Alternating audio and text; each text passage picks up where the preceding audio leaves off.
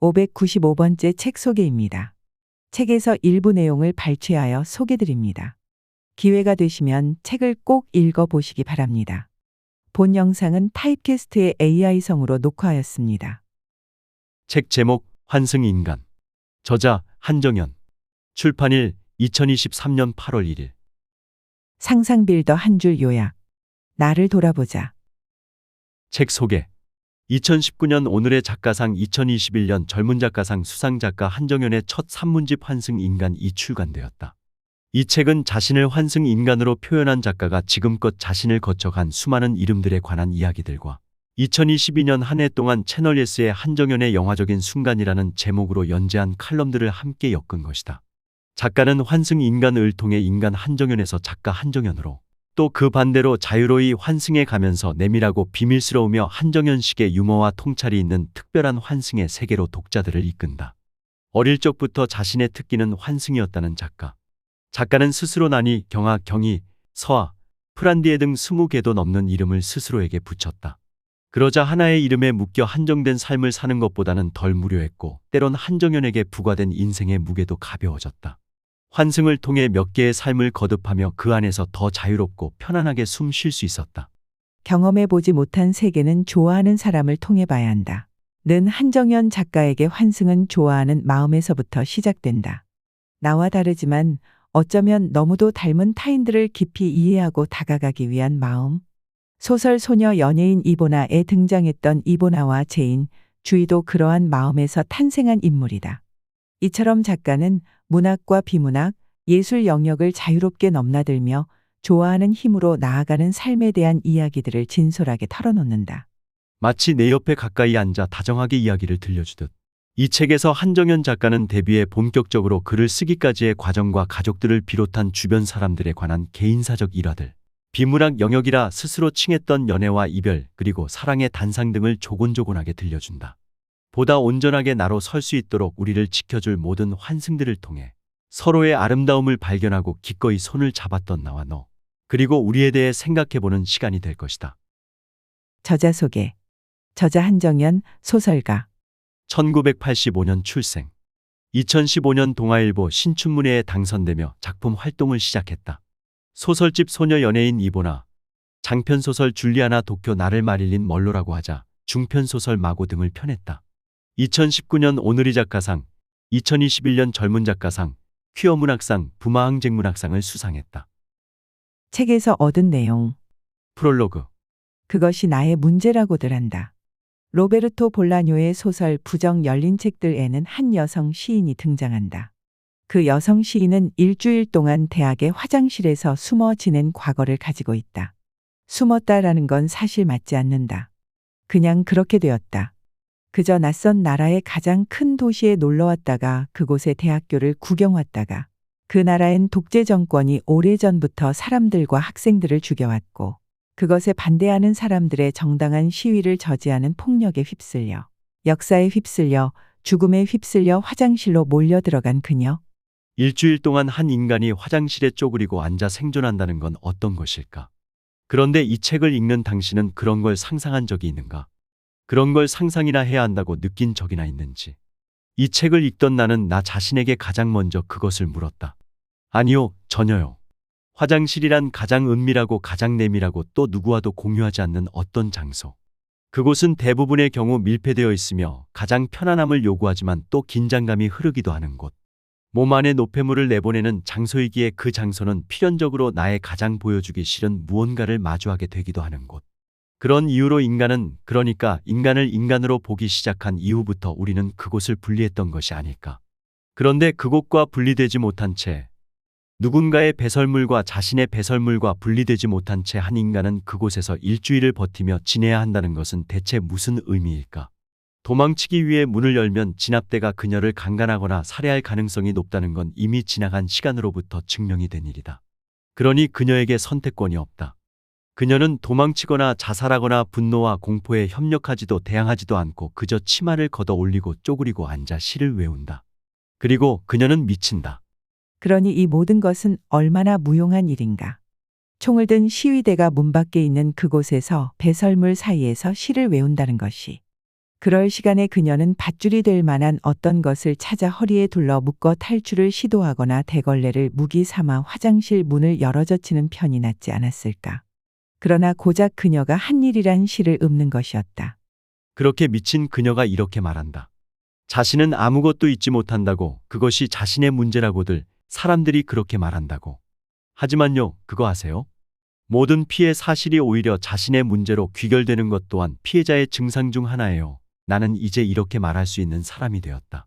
하지만 이 책을 처음 읽은 날, 나는 그저 겨우, 그래, 이게 바로 내가 하고 싶었던 말이구나. 라는 생각을 하게 되었던 것 같다. 아무것도 잊지 못했으므로 오히려 아무 말도 하기 힘들어서 사건의 다큐멘터리적 증언 대신 시를 읊게 된 사람. 그러니까 누군가가 보기엔 그녀가 아무것도 하지 않고 시나 읊은 것처럼 보이겠지만, 그녀가 시식이나 읊은 것처럼 그렇기에 나는 소설이어야만 했던 것이구나 하는 생각도 말이다.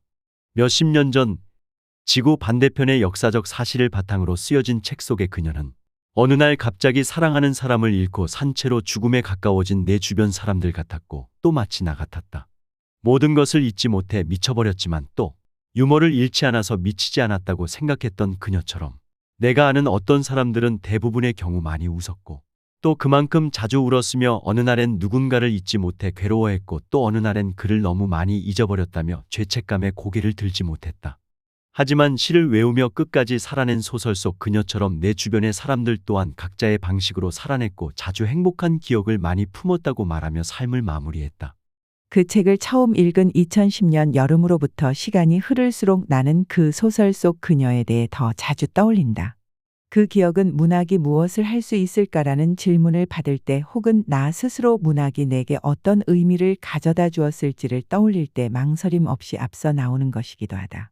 사실 소설 속에서조차 문학이 그녀를 구원했는지 하지 않았는지는 잘 모르겠다. 다만 적어도 그녀가 문학의 곁에서, 안에서, 그 바깥에서 조금은 안전했다고 생각한다. 나 또한 마찬가지다. 저버리지 못한 많은 것들을 나는 소설이라는 세계 속에 잘 숨겨서 보관했고, 이미 세상에선 사라져버린 것들을 나는 소설 속 세계 안에서 살려냈다. 그 세계를 보면서 나는 자주 안전한 기분을 느낀다. 그리고 그것이 가능할지는 잘 모르겠지만 이번 글쓰기에서 나는 나를 숨겨준 그 안전함에 대해 조금 이야기해 보려고 한다. 환승인간. 뒤늦게 다시 본 미야자키 하야오 감독의 작품들에서 놀랐던 건 바로 이름에 대한 감각이었다.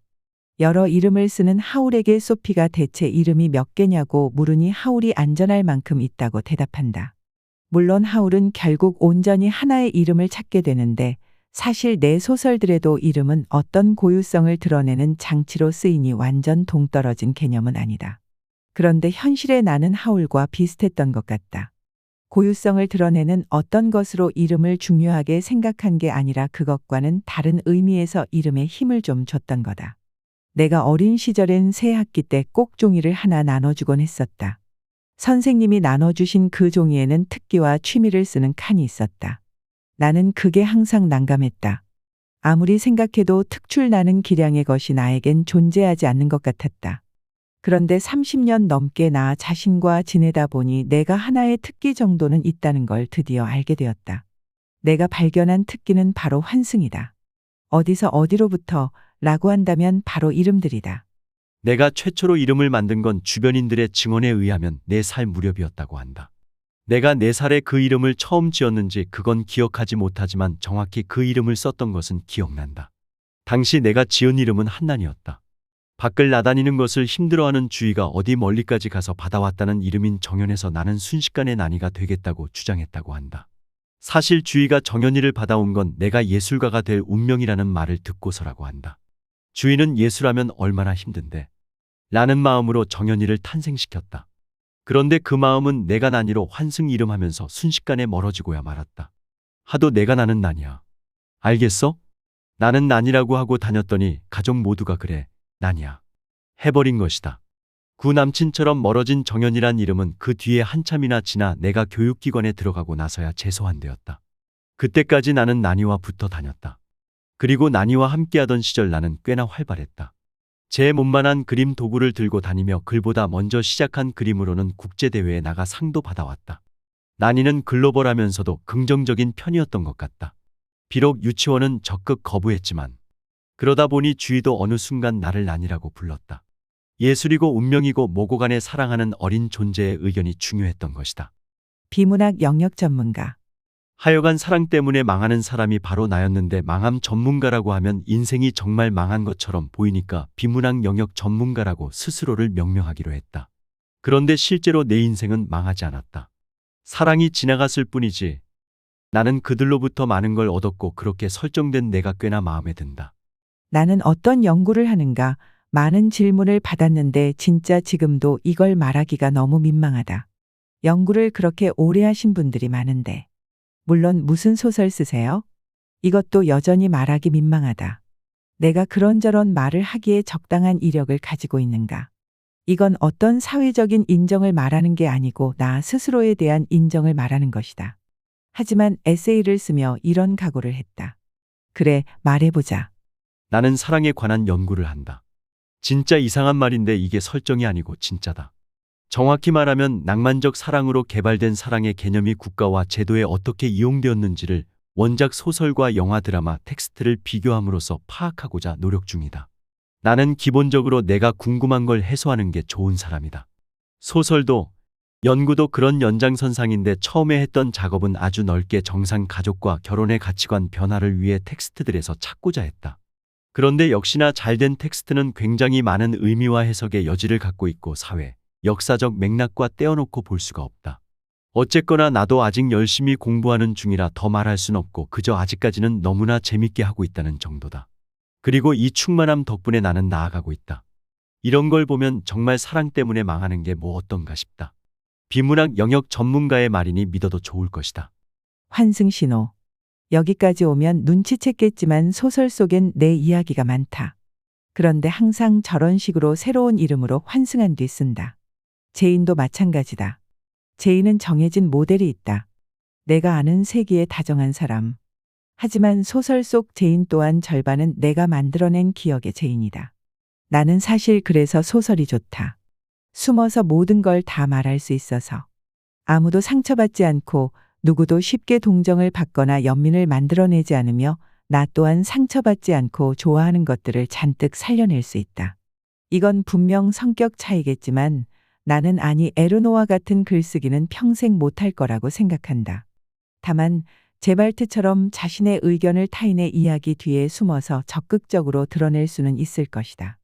그런데 에세이는 대체 어떤 이름으로 써야 할까 싶었지만 에세이는 이제 무조건 한정연으로 써야 한다. 계약을 한정연으로 했기 때문이다. 하지만 과연 나는 이번엔 환승하지 않을 수 있을까?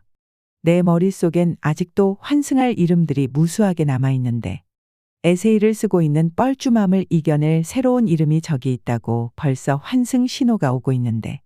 에필로그. 책이 나올 무렵 나는 안국역 인생 네컷에서 사진을 찍었다.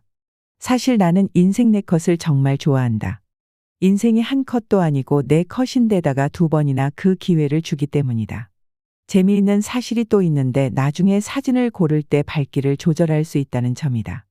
내 인생의 네 컷이 좀 구리군 하면 밝은 톤으로 또 내 인생이 지나치게 밝아서 얼굴이 보이지 않는군 하면 어둡게 바꿀 수 있는 것이다. 하지만 막상 인쇄가 돼서 나오면 그냥 노멀한 톤이 제일 낫다는 생각을 하게 된다. 멀찌감치 떨어져 화면을 거쳐 볼 때와 내가 가까이 다가가 볼 때가 이렇게나 다른 것이다. 뭐랄까, 오히려 관광객이 나보다 서울의 명소와 가치를 더 잘 알고 있을 때가 있듯이 멀리 봐서 아름다운 것이 있고 또 반면 너무 가깝기에 나처럼 서울에 별 감흥이 없을 수도 있는 것처럼 말이다. 거기에 더해서 이 보통은 정말 어려운 옵션인 것이 왠지 그걸 고르면 내가 너무 나의 인생 네컷에 아무것도 안 하는 기분이 들기 때문이다. 결국 뭐라도 하면 안 되겠다 싶은 마음이 들게 하는 원래의 사진은 막상 가장 선택하기 어려운 옵션이기도 한 것이다. 그냥 보통으로 사진을 둔다는 것에 왜인지 선뜻 손이 안 가기 때문이다. 역시나 보통이 가장 어려운 것이구나를 깨닫는다. 그리고 결국 이 보통이라는 것도 선택이 가능한 삶의 하나라는 걸 느낀다. 사실 안정적인 사람들은 안정이 있기 때문에 무언가를 자주 바꿀 필요가 없다.